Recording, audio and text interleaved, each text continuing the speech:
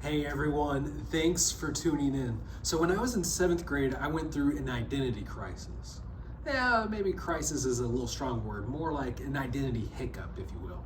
See, my friend Eric Ryder and I in 7th grade went to a brand new school with new opportunities, new people, and just knew everything. And I embraced all of it. I joined everything I could. I was on the football team, the wrestling team, the track team. I even joined the band and learned to play the baritone, which was awesome because it was almost the size of me, which is why they wouldn't let me play tuba because I was bigger than me. Yeah, believe it or not, I was shorter than I am now at one point.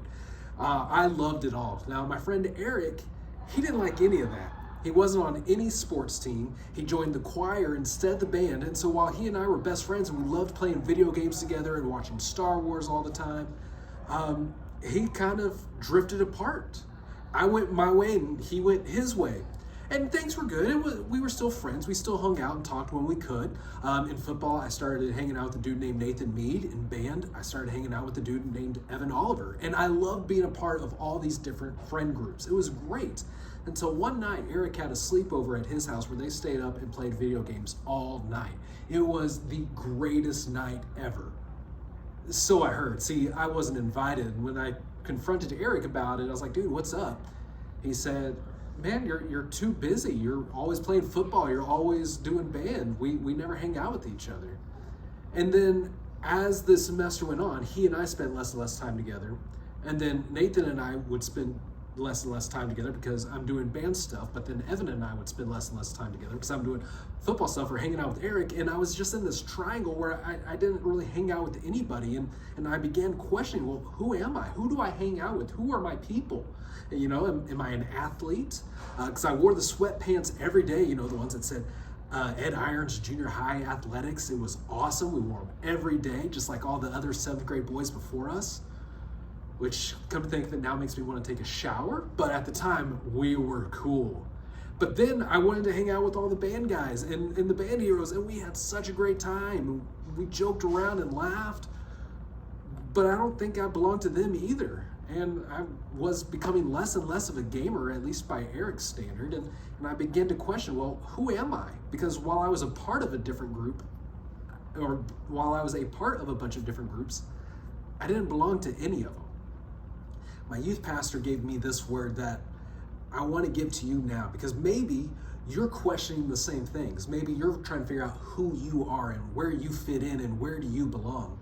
See, in Luke chapter 12, verses 6 through 7, Jesus is talking to the masses and he says this: what is the price of 5 sparrows?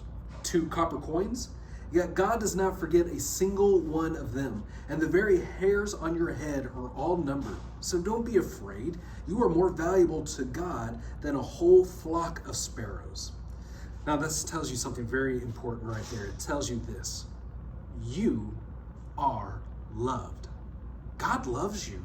And you know, with my friends, even today, when I mess up, I wonder, okay, are we still friends? Do they even still like me? You don't have to worry about that with God, because not only does God love you, but he still likes you, and he even knows about all of your mistakes. See, in fact, not only does he love you, but he loves you through all of your mistakes that he knows. See, in Romans chapter 5, verse 8, we see the biggest but in the history of big buts, when Paul says this: but God shows his great love for us by sending Christ to die for us while we were still sinners. See, he loves you, and you are worth more than your mistakes, because to him, you have a high value. So, a value that he spent with his own blood. He bought you with everything he had. So, who are you? You are his. You are loved. The God who created you loves you. And see, with your identity, it doesn't really matter who you are as long as you remember whose you are. Because see, the beauty with God is that he created you to be loved by him.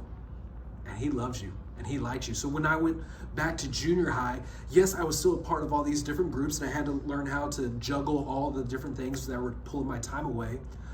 But what I realized was I wasn't an athlete. I wasn't a band hero. I wasn't a gamer. I was loved by God. I was a Christian who just happened to be in athletics. I was a Christian who happened to be in band. I was a Christian who just happened to love Star Wars and video games. See, before any of that mattered, what mattered the most was whose I was.